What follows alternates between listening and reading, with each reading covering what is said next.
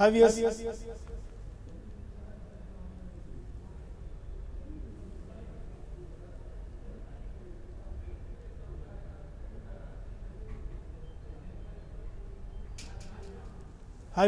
Good afternoon. Profit your trade సమర్పిస్తున్న smart మనిష్ కార్యక్రమానికి తిరిగి స్వాగతం. టీవీ5 మనీ వేదిక ద్వారా మార్కెట్స్ స్టిల్ అదే మొమెంటం కొనసాగుతుంది. ఎదర్ సైడ్ మూమెంట్స్ మనకు కనిపించట్లేదు. స్టిల్ ఒక ఫ్లాట్ అండ్ టైట్ రేంజ్ కనిపిస్తుంది. 9 పాయింట్స్ డౌన్ తో 9142 పాయింట్స్ దగ్గర నిఫ్టీ ట్రేడ్ అవుతుంటే 18 పాయింట్స్ డౌన్ తో 29443 ఆర్డ్ లెవెల్స్ దగ్గర సెన్సెక్స్ ట్రేడ్ అవుతుంది. మేబీ ఈ రోజంతా కూడా ఇలాంటి ట్రెండ్ ఉండే అవకాశం మనకు కనిపిస్తుంది. అండ్ సెక్టార్స్ స్పెసిఫిక్గా ఒకసారి చూసుకుంటే ఆటో ప్యాక్ కాస్త వీక్గా ఉంది. మనకి బ్యాంక్ నిఫ్టీ కూడా వీక్గా ఉంది. Almost 60 points down 21,626 odd levels దగ్గర ట్రేడ్ అవుతుంది. Health care, IT, metals, technology రంగ షేర్స్లో అమ్మకాలు ఒత్తిడి ఎక్కువగా ఉంటే కొద్దిగా మనకి కన్జ్యూమర్ డ్యూరబుల్స్లో, oil and gas, small cap స్టాక్స్లో బయింగ్ రావడం మనం అబ్జర్వ్ చేస్తున్నాం. ఎఫ్ఎంసీజీలో కూడా కొద్దిగా బయింగ్ వస్తుంది. అండ్ మిడ్ అండ్ స్మాల్ క్యాప్స్లో కూడా కొన్ని స్టాక్స్లో బయింగ్ ఆపర్చునిటీస్ మనం అబ్జర్వ్ చేయవచ్చు.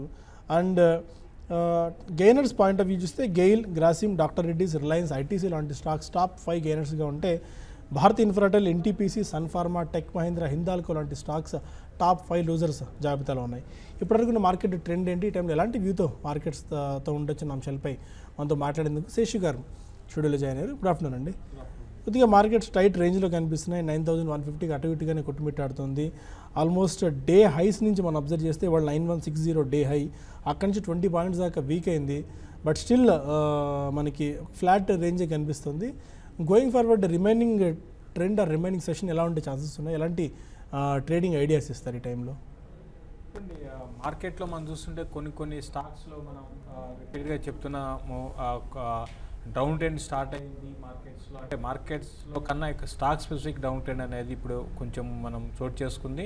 కాబట్టి రానున్న రోజుల్లో నిఫ్టీ ఇదే విధమైన ర్యాలీస్లో సెల్ చేయమని చెప్తాను. ఇదే విధమైన ట్రెండ్ అనేది ఉండొచ్చు. ఫర్ ఎగ్జాంపుల్ మనకి మనం రిపీట్గా చెప్తున్నాము మెటల్ స్టాక్స్ చాలా క్రాక్ అవుతున్నాయి.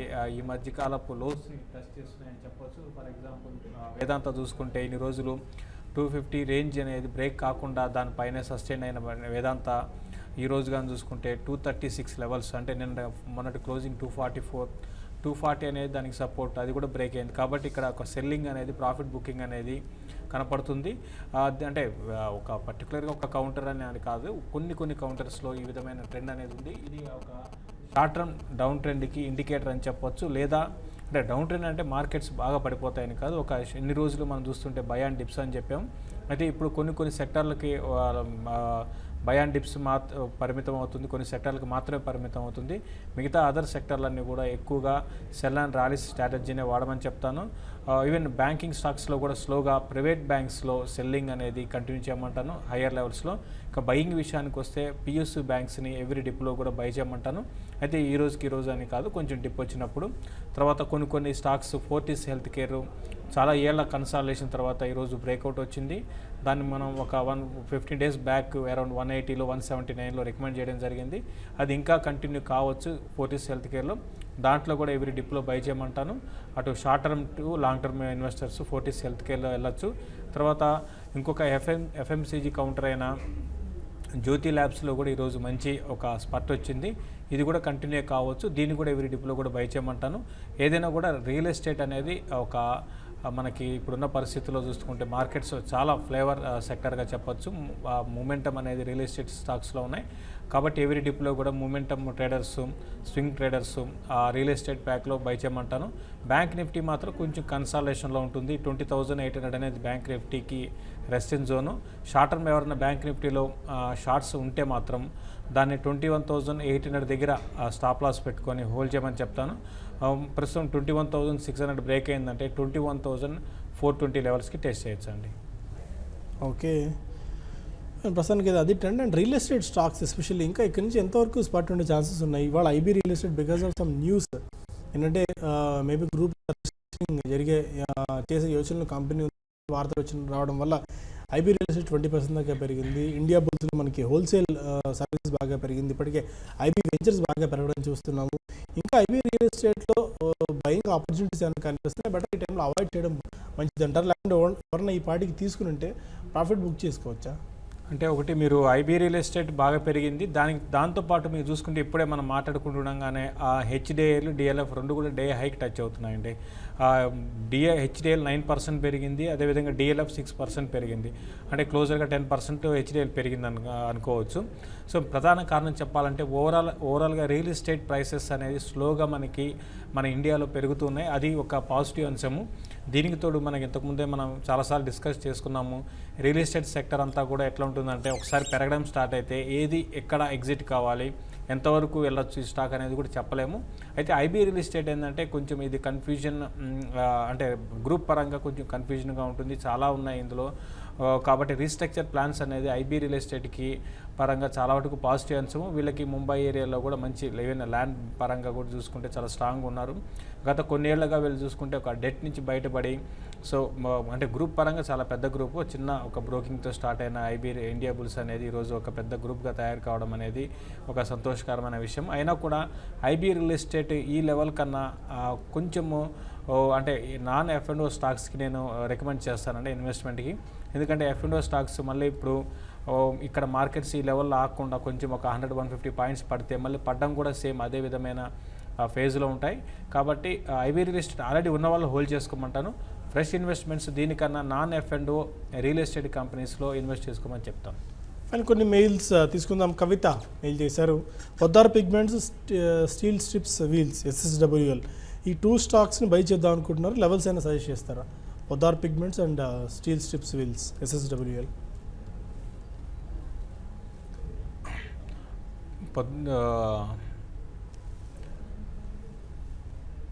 పొద్దార్ పిగ్మెంట్స్ అయితే మాత్రం మీరు ప్రస్తుతం ఉన్న లెవెల్స్లో మీరు కొంచెం వెయిట్ చేయండి అండి. ఇప్పుడు ప్రస్తుతం ఇది కొంచెం 280 నుంచి మనకు చూస్తున్నాం. ఈ స్టాక్లో ఒక కొంచెం డౌన్ ట్రెండ్ స్టార్ట్ అయిందండి. అంటే అది ఈ డౌన్ ట్రెండ్ అనేది కొంచెం స్వల్పకాలానికి కంటిన్యూ అయ్యే అవకాశాలు ఉన్నాయి. అంటే షార్ట్ టర్మ్కి డౌన్ ట్రెండ్ అనేది ఉండొచ్చు. అయితే ఈ డైస్ అండ్ పిగ్మెంట్స్కి చెందిన స్టాక్స్లో ర్యాలీ అనేది లాంగ్ టర్మ్ ర్యాలీ కొనసాగవచ్చు. మీరు గమనిస్తే ఇప్పటికీ కూడా దాదాపు అన్ని డైస్ అండ్ పిగ్మెంట్ స్టాక్స్ ఎంత పెరిగినా కూడా వాల్యుయేషన్స్ కూడా ఇంకా అట్రాక్టివ్ ఉన్నాయి.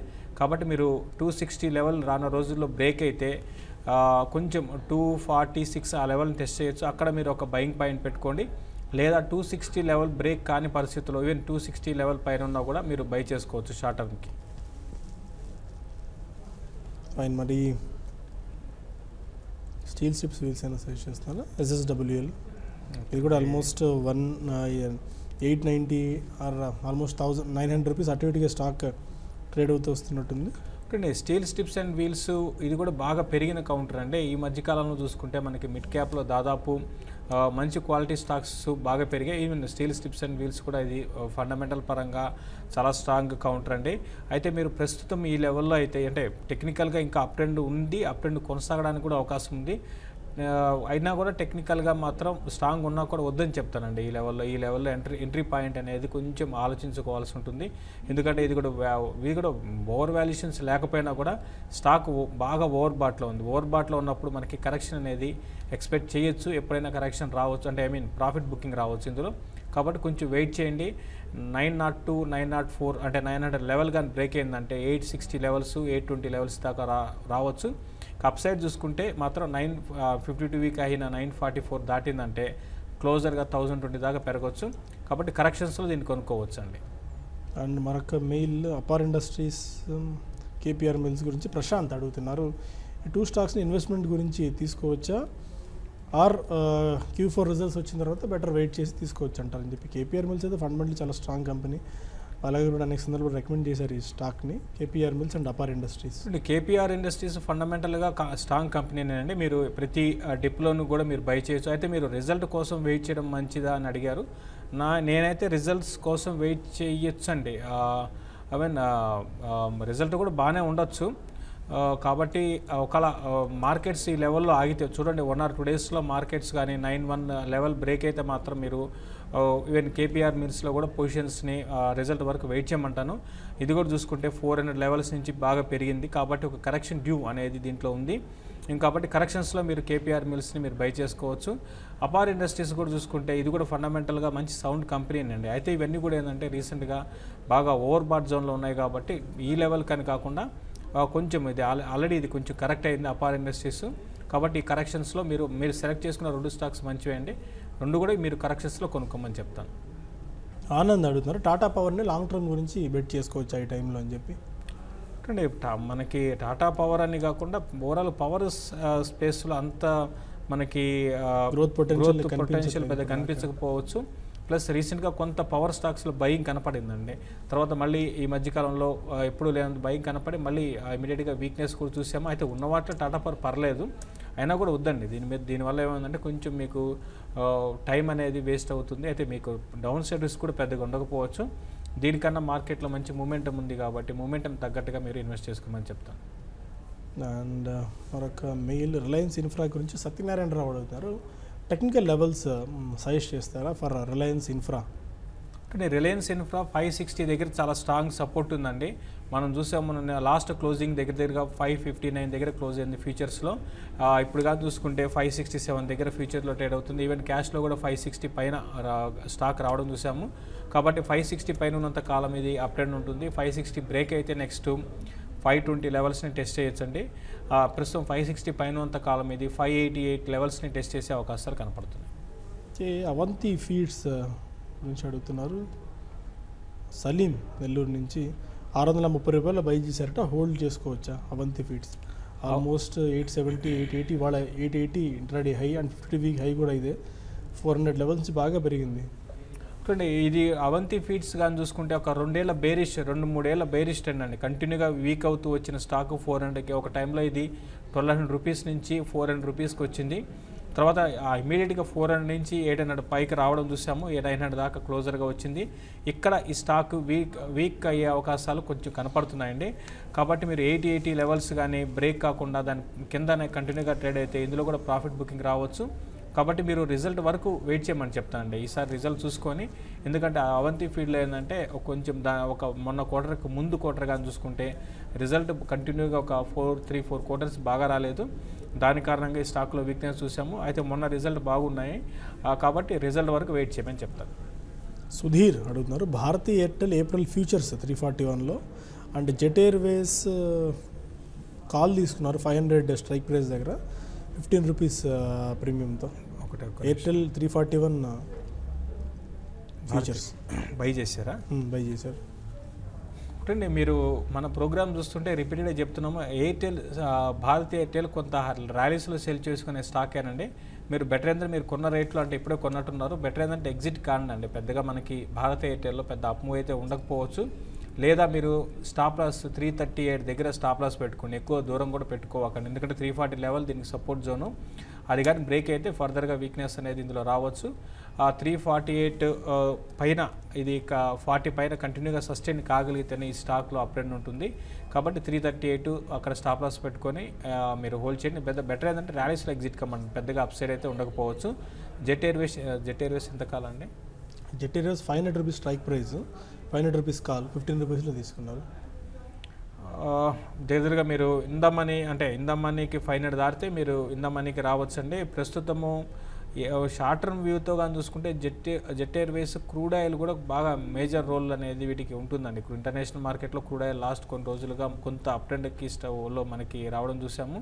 కాబట్టి నా ఉద్దేశం ప్రకారం 520 దగ్గర దీనికి రెసిస్టెన్స్ ఉంది. అక్కడ వరకు ర్యాలీ రావచ్చు అండి. అంటే రీసెంట్ డేస్లో చూసుకుంటే ఇది ఏవియేషన్ స్టాక్స్ అన్నీ కూడా బాగా పెరిగాయి. ఇప్పుడు ప్రస్తుతం కరెక్షన్ జోన్లో ఉన్నాయండి. అంటే ప్రాఫిట్ బుకింగ్ అనేది ఏవియేషన్లో ఉంది. కాబట్టి బెటర్ ఏంటంటే మీరు ఎగ్జిట్ కమ్మనే చెప్తానండి. 500 కాల్ మీరు ఎగ్జిట్ కాండి. షార్టర్ మాత్రం మళ్ళీ డౌన్ ట్రెండ్ అనేది కొనసాగడానికి అవకాశం కనపడుతుందండి. ఫైన్. మరొక మెయిల్ మధుకర్ అడుగుతున్నారు పిఎఫ్సి సడన్ ఫాల్ అబ్జర్వ్ చేస్తే న్యూస్ ఏమైనా ఉందా? 10% కొంతమంది ఏమో 10% కంపెనీ అమ్ముతుందన్న వార్తలు వస్తున్నాయి, ఎంతవరకు నిజమని చెప్పి ఇమీడియట్గా న్యూస్ ట్రాక్ చేయలేదండి. బట్ పిఎఫ్సిలో సడన్ డిప్. మీరు ఈ రోజు కానీ చూసుకుంటే పిఎస్ కొన్ని కౌంటర్స్లో రీసెంట్గా బాగా పెరిగిన కౌంటర్స్లో పిఎఫ్సి కానీ ఆర్ఈసీ ఈరోజు మార్నింగ్ హై కానీ చూసుకుంటే 216, అంటే ఒక టైంలో 4-5% పెరిగిన పిఎఫ్సి ఆర్ఈసీ కూడా వీక్ అయింది. సో ఈ రెండు కూడా ఒకే విధంగా పెరిగాయండి. కాబట్టి న్యూస్ అనేది ఇంకా నేను కూడా ట్రాక్ చేయలేదు. ఏదైనా కూడా బాగా పెరిగాయి ఒక ప్రాఫిట్ బుకింగ్, ఆ తర్వాత న్యూస్ ఏంటో అని ఇంకా నాకు తెలియదండి.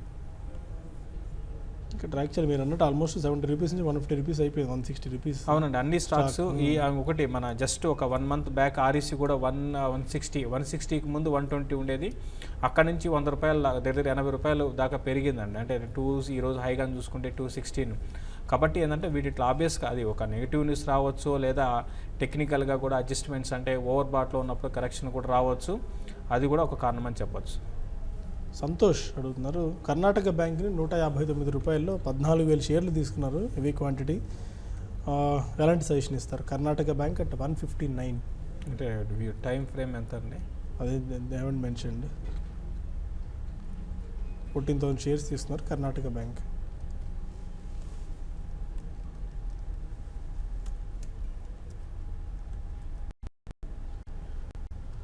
ఫైన్. 150 రూపీస్లో 153లో ట్రేడ్ అవుతుంది. ఆల్మోస్ట్ 159లో తీసుకున్నారు. 6 rupees last. Almost 14,000 heavy quantity ఉంది కాబట్టి కొద్దిగా మీరు ఒకటి ఫస్ట్ మీరు ఎక్కువ ఎక్స్పోజర్ తీసుకోకుండా, అంటే కొన్ని కంపెనీస్ బ్రోకింగ్ కంపెనీస్ కానివ్వండి, వాళ్ళు మామూలుగా 1 వీక్ 10 డేస్ కోసం 1:1 1:2 లెక్కన ఇస్తుంటారు. ఆ విధంగా మీరు డెలివరీ తీసుకోకుండా ఉంటే మీరు హోల్డ్ చేయమని చెప్తాను. ఎందుకంటే మీ ఓన్ మనీతో డెలివరీ తీసుకుంటే కర్ణాటక బ్యాంక్ని హోల్డ్ చేయండి. నెక్స్ట్ ఇది 160 దగ్గరే ఎగ్జాక్ట్గా మీరు 52 వీక్ హైలో మీరు దీన్ని బై చేశారండి. అక్కడ నుంచి స్టాకు రివర్సల్గా ఇప్పుడు షార్ట్ టర్మ్ ట్రెండ్ అయితే కొంచెం డౌన్ ట్రెండ్ ఉంది. పెద్దగా డౌన్ కూడా కాదండి, నాకు తెలిసి ఇది 146 144 దగ్గర ఇది కొన్ని రోజులు కన్సాలిడేట్ అవుతుంది. 140 లెవెల్స్ అనేది షార్ట్ టర్మ్కి లాంగ్ టర్మ్ కూడా మంచి సపోర్ట్ లెవెల్స్ అవి. కాబట్టి హోల్డ్ చేయండి. ఇమీడియట్గా అయితే మాత్రం మీరు కొంచెం హెవీ క్వాంటిటీ ఉంది కాబట్టి కంగారు పడాల్సిన అవసరం అయితే లేదు. Time being mark to market లాసే అంటాం మనం. అది ఫ్యూచర్లో అయితే మీరు కంగారు పడాల్సి ఉంటుంది. డెలివరీ బేస్డ్ అయితే కంగారు పడకండి. మీ రేటు వచ్చి మీకు అక్కడి నుంచి కూడా కొన్ని నెలలు ఆగితే ప్రాఫిట్స్ రావడానికి అవకాశం ఉంటాయండి. బమ్మిడిపాటి కృష్ణవంశీ అడుగుతున్నారు, ఇండియా బుల్స్ రియాలిటీ టైంలో కొనుక్కోవచ్చా అని చెప్పి. షార్ట్ టర్మ్ టార్గెట్స్ చెప్పలేం. ఇప్పుడు ఇవాళ 30% ఇవాళ సడన్ స్పర్ట్ మనకు వచ్చింది. మేబీ ఇమీడియట్గా రేపు సెల్లింగ్ వచ్చినప్పుడు ఆశ్చర్యపోవాల్సిన అవసరం లేదు, ప్రాఫిట్ బుకింగ్ వచ్చినా ఆశ్చర్యపోవాల్సిన అవసరం లేదు. బట్ ఈ టైంలో సజెస్ట్ చేస్తారా బయింగ్కి షార్ట్ టర్మ్కి? ఇది కంటిన్యూగా బ్యాన్ పీరియడ్ ఉండి లాస్ట్ వీక్ F&Oలో తర్వాత బ్యాన్ రిలీజ్ అయింది. బ్యాన్ రిలీజ్ అయినా కూడా మళ్ళీ స్టాక్లో ఫ్రెష్ బయింగ్ అనేది చూస్తున్నామండి. ఇది ఎట్లుంటాయంటే అంతకుముందు నేను చాలాసార్లు చెప్పడం జరిగింది, రియల్ ఎస్టేట్ పెరగడం అంటూ స్టార్ట్ అయితే దానికి ఇది లిమిట్ అని చెప్పలేమని. అంటే ఈ లెవెల్ ఆగొచ్చు, ఈ లెవెల్లో నుంచి ఇంకా పెరగకపోవచ్చు అనేది ఉండదు. కాబట్టి నా ఉద్దేశం ప్రకారం ఇంకా పెరుగుతుందండి ఈ స్టాక్. అయితే ఎంతవరకు వెళ్తుంది అనేది మాత్రం చెప్పలేము. ప్రస్తుతం అంటే టార్గెట్స్, లాంగ్ టర్మ్ టార్గెట్స్ మాత్రం చాలా పెద్దవి కనపడుతున్నాయి. 180 లెవెల్స్ దాకా వెళ్ళొచ్చు. మీరు ఫ్యూచర్లో తీసుకోవాలంటే మాత్రం మా రిస్క్ మీ ఇష్టం అండి. మీరు తీసుకోవాలనుకుంటే తీసుకోండి. కాకపోతే మళ్ళీ రేపొద్దున ఫాల్ కూడా సేమ్ ఇదే విధంగా ఉంటుంది. ఈవెన్ మార్కెట్ ఇక్కడ నుంచి ఒక 100 పాయింట్ పడితే ఇది 10% 15% కూడా పడుతుంది. కాబట్టి కొంచెం మీరు కరెక్షన్స్లో తీసుకోండి, వెయిట్ చేసి కరెక్షన్స్లో తీసుకోండి. 1-2 రోజులు మార్కెట్ కూడా కరెక్ట్ కావడానికి అవకాశాలు ఉన్నాయి. ఓకే. ఏలూరు నుంచి పైండా శ్రీనివాస్ ఏం చేశారు, ఆర్బీఎల్ బ్యాంక్ని కరెంట్ లెవెల్లో లాంగ్ టర్మ్ గురించి ఎంటర్ అవ్వచ్చా, ఏ లెవెల్లో ఎంటర్ అవ్వచ్చు అని చెప్పి. 600 రూపీస్ ఆల్మోస్ట్ క్రాస్ అయిపోయింది ఆర్బీఎల్ బ్యాంక్. చాలా స్ట్రెంగ్త్ మనం అబ్జర్వ్ చేస్తున్నాం ఆర్బీఎల్ బ్యాంక్. లాంగ్ టర్మ్ గురించి అంటే చాలా తగ్గుతుంది అని ఎక్స్పెక్ట్ చేస్తున్నాను. బట్ ఎక్కడ డిప్ అయితే రావట్లేదు ఆర్బీఎల్ బ్యాంక్లో. చూడండి, ఆర్బీఎల్ బ్యాంక్ విషయానికి వస్తే ఇది రీసెంట్గా మనం రిపీటెడ్గా చెప్తున్నామంటే ఏమాత్రం కరెక్షన్ రాలేదు అని అనుకుంటున్నాము. అయితే కరెక్షన్ స్టార్ట్ అయిందండి. ఇప్పుడే కరెక్షన్ స్టార్ట్ అయింది. 600 నుంచి కరెక్ట్ అయిందండి. కాబట్టి ఈ కరెక్షన్ కొనసాగవచ్చు. 526 లెవెల్స్ని టెస్ట్ చేయొచ్చు షార్ట్లీ ఇది. కాబట్టి మీరు 520 ఒక పాయింట్ పెట్టుకోండి. 520 బ్రేక్ కాకపోతే ఆ లెవెల్లో కొనుక్కోండి. ప్రస్తుతం అయితే ఇది షార్ట్ టర్మ్కి డౌన్ ట్రెండ్ ఉందండి. 520 అనేది బెస్ట్ బై అవ్వచ్చు షార్ట్ టర్మ్కి. లాస్ట్ మెయిల్ అవుట్ తీసుకుందాం. సుధారాణి అడుగుతున్నారు, కాస్ట్రాల్ ఇండియా 200 షేర్స్ తీసుకున్నారు, లాస్లో ఉన్నారు, హోల్డ్ చేసుకోవచ్చా?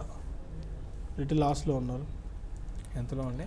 కాస్ట్రాల్ లాస్ మెన్షన్ చేయలేదు. కాస్ట్రాల్ ఇప్పుడు అమ్మేసుకొని రేమాండ్ బై చేసుకోవచ్చా? లాస్లో ఉన్నారు. వద్దండి, మీరు కాస్ట్రాల్లో ఉండండి. మీరు షిఫ్టింగ్ ఒక స్టాక్ నుంచి ఒక స్టాక్లోకి షిఫ్ట్ కావడం అనేది అంత అంటే స్టాక్ మార్కెట్లో ఎట్లుంటుందంటే మీరు సపోజ్ దీని నుంచి దాంట్లోకి ఎగ్జిట్ అయితే, అంటే కంపెనీ పరంగా ఫండమెంటల్స్ బాగా వీక్ అయిపోతే అప్పుడు ఎగ్జిట్ అవ్వడం అనేది మంచిదే. కానీ కాస్ట్రాల్ ఇండియా మంచి బ్రాండ్ వాల్యూ ఉంది, తర్వాత లాంగ్ టర్మ్కి మంచి ఫ్యూచర్ ప్రాస్పెక్టివ్స్ బాగున్నాయి, ఫండమెంటల్స్ బాగుంది కాబట్టి కంటిన్యూ చేయండి. రేమండ్స్ కొనుక్కోవాలనుకుంటే కొనుక్కోండి, కానీ రేమండ్స్ కన్నా ఇదే బెటర్ అనిపిస్తుందండి ఫండమెంటల్ పరంగా. అంటే సెక్టర్ వేరు అయినా సరే కంపేర్ చేసినా కూడా క్యాస్ట్రాల్ ఇండియా చాలా స్ట్రాంగ్ ఉంది కంపేర్ టు రేమండ్స్ అండి. ఫైన్. ప్రస్తుతానికి బులెటిన్ ఇక్కడ వైండ్ అప్ చేద్దాం. చాలా మెయిల్స్ మనకు పెండింగ్లో ఉన్నప్పటికీ సమయం మించిపోతుంది. మళ్ళీ క్లోజింగ్ రిపోర్ట్లో కలుద్దాం. Stay with us.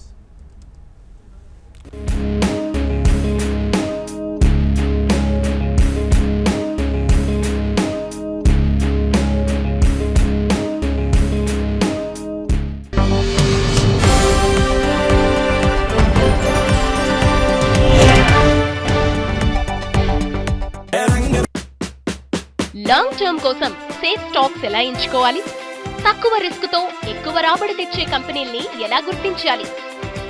Intraday recommendations, positional calls, long term